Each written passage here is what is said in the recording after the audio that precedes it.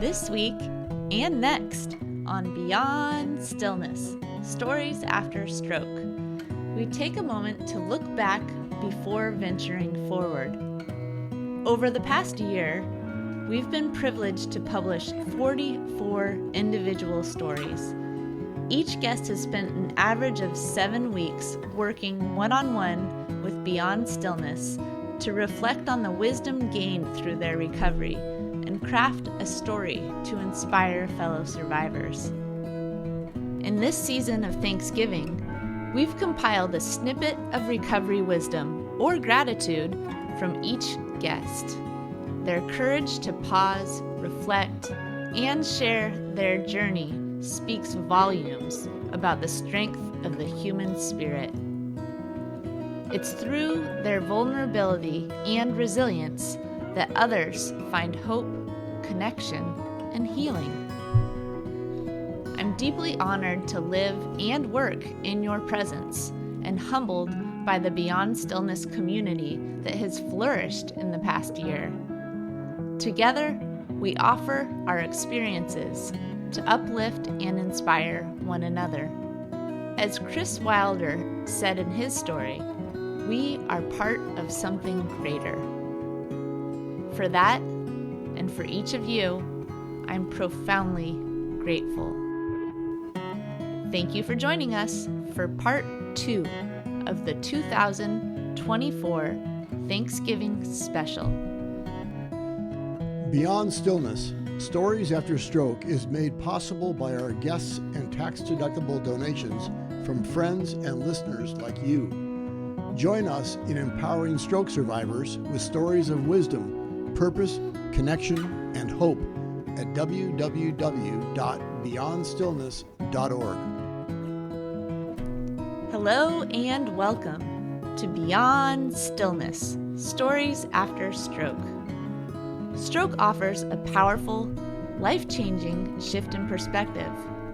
Each colorful memory creates a parable for life's greater teachings, a compass for journeys ahead, and inspired wisdom for unique growth. Beyond Stillness offers a moment of pause for storytelling and reflection. Ultimately, we create a welcoming environment that reveres the moment beyond stroke's paralysis. Still moments unite humanity and divinity. I'm your host, Molly Bucola. As we begin today, we take a moment of pause to stop and give thanks for the people and experiences that have furthered our recovery and encouraged us to be and become our inspired selves. We give thanks. Now, part 2 of the 2024 Thanksgiving special. Then she gave me a message that I still remember to this day. You need to ask God why you had 2 brain aneurysms and a stroke and you're still alive. I let the words pass right through me that day, but somehow they found their way back into my mind. Life is about how we see the world and our perception of what we see. In the midst of dark thoughts and expression, my true spirit still shined. My mom knew I was there. My nurses were comforting, and that ignited my inner strength. After spending so much time with me, they knew anything was possible. They knew this wasn't the end of my music career. My songs reflected my life. Before my stroke, I often pondered my purpose. One thing the brain aneurysms and stroke taught me was that life can be altered in an instant, and in that moment, we must decide who we want to be. So here I am faced with who I was, wondering where I was going and how I could start living the life I wanted. My stroke wiped away everything but gave me a clean slate. Why did I survive? I had to find the answer, and the only way I knew how to begin was to try to accept myself and love myself. Then I would be able to nurture those parts of me that needed to grow and shine. I needed to figure out why I survived, why the true me, Tony Hickman, the soul, is still here on this earth. I had to learn how to love myself in the journey, all parts of my upbringing, my strengths, my experiences, my talents, my relationships, and my disability. Maybe I needed a drastic change to shift my own perspective. Looking back, the stroke and brain aneurysms were some of the best things that happened to me. Not for the paralysis, but for the ability to realize how much I should cherish my life. When I say cherish my life, I mean honor all parts of life, all parts of upbringing, even the traumatic parts, all parts of my faith journey, even the darkest moments, and all parts of myself, even my paralyzed side. I even cherish my hard-headed nature that would not accept excuses or someone else's prediction for me. I know with a belief in myself and a willing spirit that anything is possible. I was told I would never walk or speak again. I was also told I should stop making music. Instead, I've let my spirit and the God in me lead. I have figured out why I lived through 2 brain aneurysms and a stroke. I live with purpose now. I have become a certified holistic health practitioner, an ordained minister that may curse from time to time, a speaker, an author, and I'm still unfolding. Regardless of what anybody thinks, I believe anything is possible. We may have to find different ways to do things, but anything is possible. I have a slogan that I have put on t-shirts, and I often say when people doubt me. My slogan is, I do the impossible all the time. So my hope for you listeners out there is that you never give up on you, your truth, or the best version of yourself. That's what we're all here for. If you haven't figured it out yet, you will. Keep asking why and have faith that your answer will come in time. You are here for a reason, all parts of you, your past, your body, your mind. There's a place for you too. Don't give up on yourself. I believe survivor meetings are so important. I have found that I learn from each person who attends. Every stroke is different. Every person is different. Every step of the stroke journey is different. Heck, every day of my stroke recovery journey is different. I'm impressed by recent survivors and those decades out. I learned and have come to believe that showing up regularly gives everyone the confidence and the familiarity to become comfortable and secure enough to speak up. Sharing with everyone is a powerful part of these groups. Learning about everyone's successes and difficulties helps me see hope. It also helps me look at recovery from a new perspective. May I dare say support groups can be better than Google at times. I've learned a lot about cutting-edge medical trials, Eastern and Western approaches, helpful gadgets and adaptations, and much more. Members of my support groups told stories about their own travels and ways they were able to do so. I didn't know you can rent cars with adaptations. Thanks to them, I developed the knowledge and the courage to travel again. I've learned a lot about myself and others through the recovery process. I've learned that when I reach a dead end, a place that feels constricted and depressed, I need to do something differently. I'm learning to adapt to my new set of abilities, finding new ways to connect with others. I want to still be productive, but I also want to make a difference or feel like my actions are important. Now I know how to do that. I recognize that my sense of isolation has become a strength. Now I recognize the worry, loneliness, and isolation in others and work to address that by connecting, truly connecting whenever I find the opportunity. And I see more opportunities for connection these days. Now that I'm moving at a slower pace, I notice and empathize with others. In a lot of ways, connection is not verbal. I utilize eye contact. There's a deep feeling of being seen and heard when eyes connect. I speak slower now. My brain injury forced that, but I've heard that it creates a more peaceful and welcoming environment. People tell me more about their own lives now. My cyclist friends and I talk about life rather than gears and dreams rather than technique. Now that we can't ride together, we are connected on a human level. My ability to hear emotion by the speech pattern and tone of voice has increased. I now recognize this part of my empathic response to people. I hear them, wonder, ask questions, and make connections. The brain is complex. I felt my brain betrayed me and disconnected me from everything I knew. But then, when I thought I had reached a dead end, my brain did something amazing. It rerouted, reconnected in a new way. It showed me new ways of seeing things, interacting with people, and navigating this life. It gave me new opportunities, offered depth and purpose. It is healing. It is healing slowly, but it's still healing. And in big ways, it's healing my relationships with the world, others, and myself. I love my brain. Together, we are rerouting. We are finding our true north.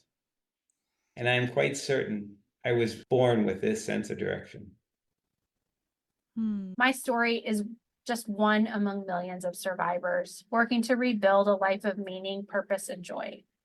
In this journey, I have met and been inspired by so many others who have helped me understand that recovery is possible.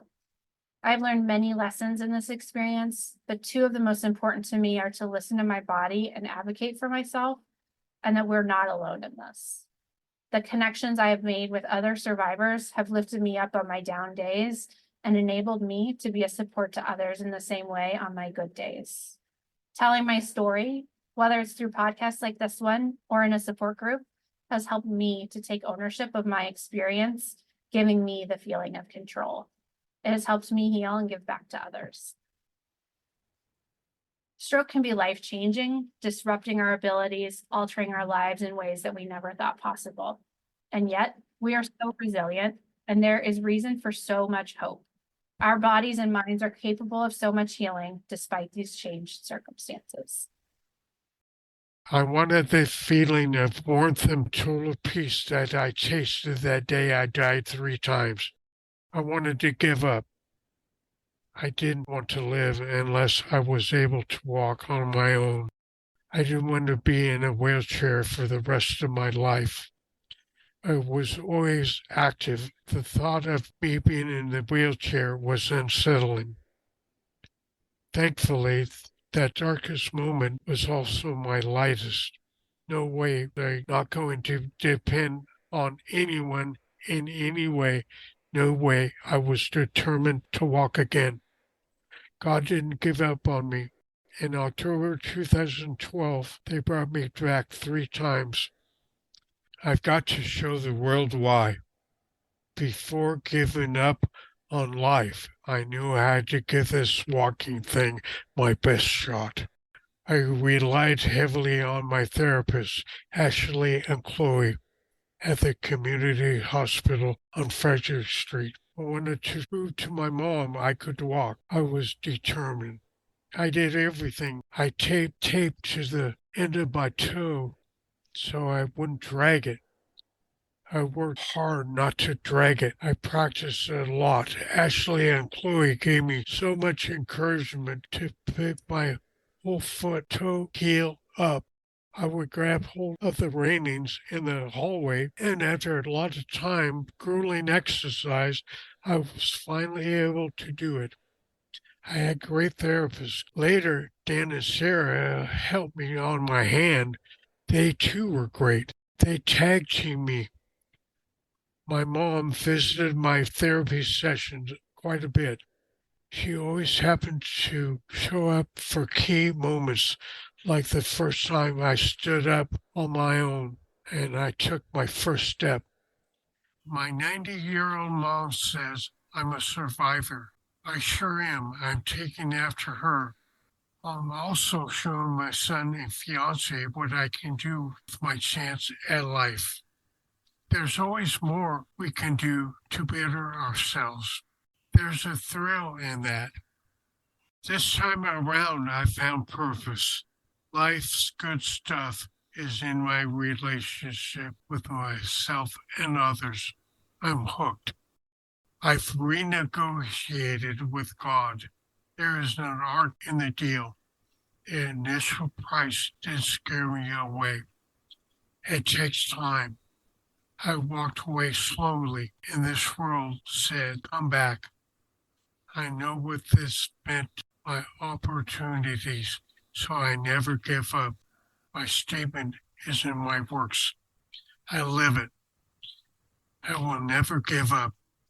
So all you stroke survivors out there, take your next step. Show the world your essence of your being. Your statement is in your works. Live it up. Never give up. You say, what makes me feel alive? What makes me smile? What makes me happy? And what makes me healthy? I see now that the Lord has been my coach too. He has equipped me with the tools and mix of life experiences, guys, to be who I am now. And I am learning every single day. I am receiving love, support, and help. I am truly letting people in, and I have all I need to truly live my best life. And now I too am learning to make it a lifestyle. So my hope for you is that all you stroke survivors and my warriors out there, find what makes you most alive, what makes you smile, and what makes you happy, what makes you healthy. How can I help you make it a lifestyle? So do I feel robbed of my life? No. I feel that my life has been transformed. It has taken on a new, richer dimension, one that is defined by perseverance, advocacy, and an unwavering commitment to helping others navigate their own challenges. This journey has gifted me with a deeper appreciation of life's fragility and resilience, teaching me to cherish every moment and to find strength in vulnerability. What's next? I've learned that my obligation is to ask, observe, and listen. I failed at predicting the future more than once before. They say yesterday is history, tomorrow's a mystery, and the present is a gift. So I like to stay in the present. My wife has helped me with this a lot. She is into yoga, mindfulness, and even has a sound bowl. We had what we call a Zen Den room. It's a naturally lit, safe space where we sit and process life. Sometimes I light a candle or Palo Santo. Sometimes I'm there alone, and other times we're there together. I like to start my day in that space. That's where I try to sort all things out life. Some days my mind and body are craving silence, and I sit and listen to my breath. There are moments that call for an apps guided meditation or even a prayer. My whole aim is to just focus on that moment in that space and give my body, mind, and spirit what it needs. And sometimes I have a conversation with God. I act like I'm having a conversation with an honest, loving, open, understanding, real person. I'll tell him what's going through my mind, my concerns and struggles, and then I ask for specific guidance. I may not get an answer in that moment, but I know he's listening. But something awesome has started to emerge. The more I focus on the present moment, the more I notice things. Colors, conversation details, coincidences. So when I ask God these questions, then live in the present moment, observe and listen, the answers come to light. It's become a game. I look for signs. Do you trust me? Yes, absolutely. Then we have to go. Go where, one might ask. Stop, observe, and listen. I thought I was going to be an NBA star. It didn't happen. I thought I was one of the healthiest and most fit people in the world. A stroke? I never would have guessed that would have happened to me. I never thought I would be a writer and a speaker, but a year after my stroke, I published a book. It's called Becoming the Light, Navigating Darkness After a Stroke. I thought, that's it. That's my purpose. Now, 4 years later, I'm wondering, what's next? This time, I asked with a sense of joy and freedom. This conversation echoes in my soul. Do you trust me? Yes, absolutely. Then we have to go. Whilst my husband was on the phone, things deteriorated quickly and I couldn't move my arm or leg. The emergency services were asking him to get me to do different things like raise my arms, and I just couldn't do it. Once the ambulance was on their way and he'd got off the phone, he laid me on our bed, and all I could do in that moment was tell him how much I loved him. I didn't really know anything about strokes at that time, but I did know that people die from them. So in those moments, all I could think to do was tell my husband that I loved him. I know my husband was thinking something similar, but throughout the whole thing, he kept so calm. And in this one moment when I was panicking so much, he offered me such a gift with a few short words. He told me to use my yoga breathing. And in that moment, he gave me something to hold on to. And all I had to do was alter my breathing slightly. I deepened my inhalations and lengthened my exhalations. And in doing so, it allowed me to relax slightly and to give me some form of control over the situation. It wasn't going to take away the fact that I was having a stroke, but it did allow me to handle the situation in a better way. That's it. That's my story. Collection of stories I chose to share with you. The Beyond Stillness Stories After Stroke community.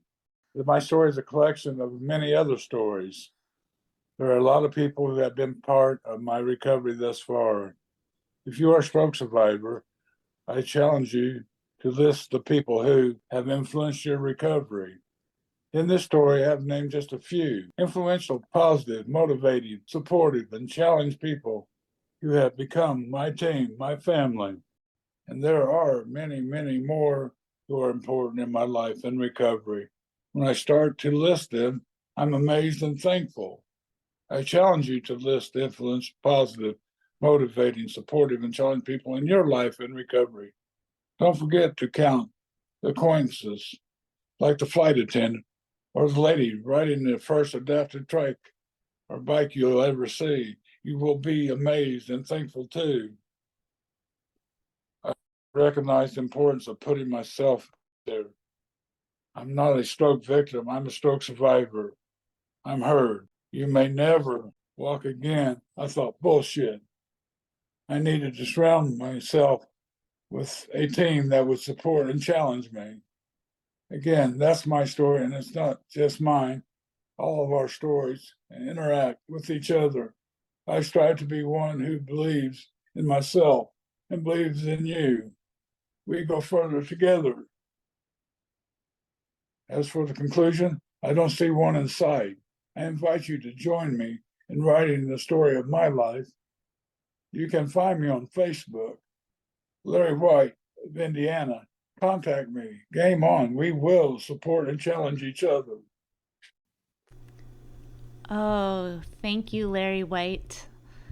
And to Tony Hickman, John DeBell, Stuart Abramson, Flannery O'Neill, Steve Nobles, Tracy Brown, Tymeek Hawkins, and Anna Carey for contributing to part 2 of our Thanksgiving special. Storytelling empowers us to share our experiences in a way that invites others to reflect on their own. In closing, we offer reflection questions as an opportunity to spark dialogue with yourself, friends, family, or fellow stroke survivors. In a moment, I will read questions aloud. You can also find them written in the podcast episode description.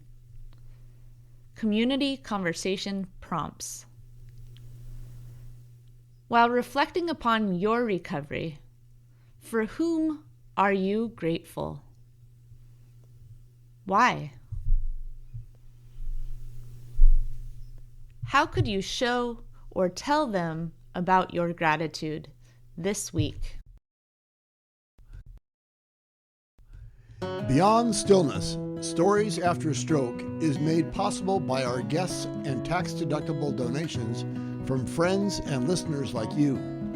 Join us in empowering stroke survivors with stories of wisdom, purpose, connection, and hope at www.beyondstillness.org.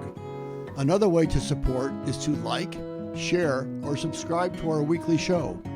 Again, thank you for devoting time and space for this week's episode of Beyond Stillness, Stories After Stroke.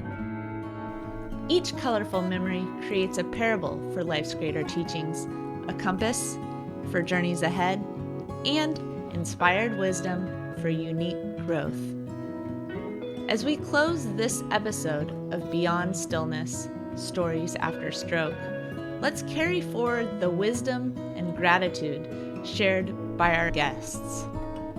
Their reflections remind us that recovery is not just about healing the body, but also rediscovering purpose, connection, and hope.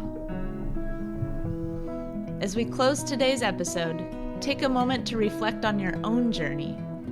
Honor how far you have come, and know that together we are part of something greater. Thank you for being part of this journey and for helping us build a community that celebrates resilience and shared strength. If today's episode inspired you, consider sharing it with someone who might need a reminder that they are not alone. And consider donating to Beyond Stillness, Stories After Stroke.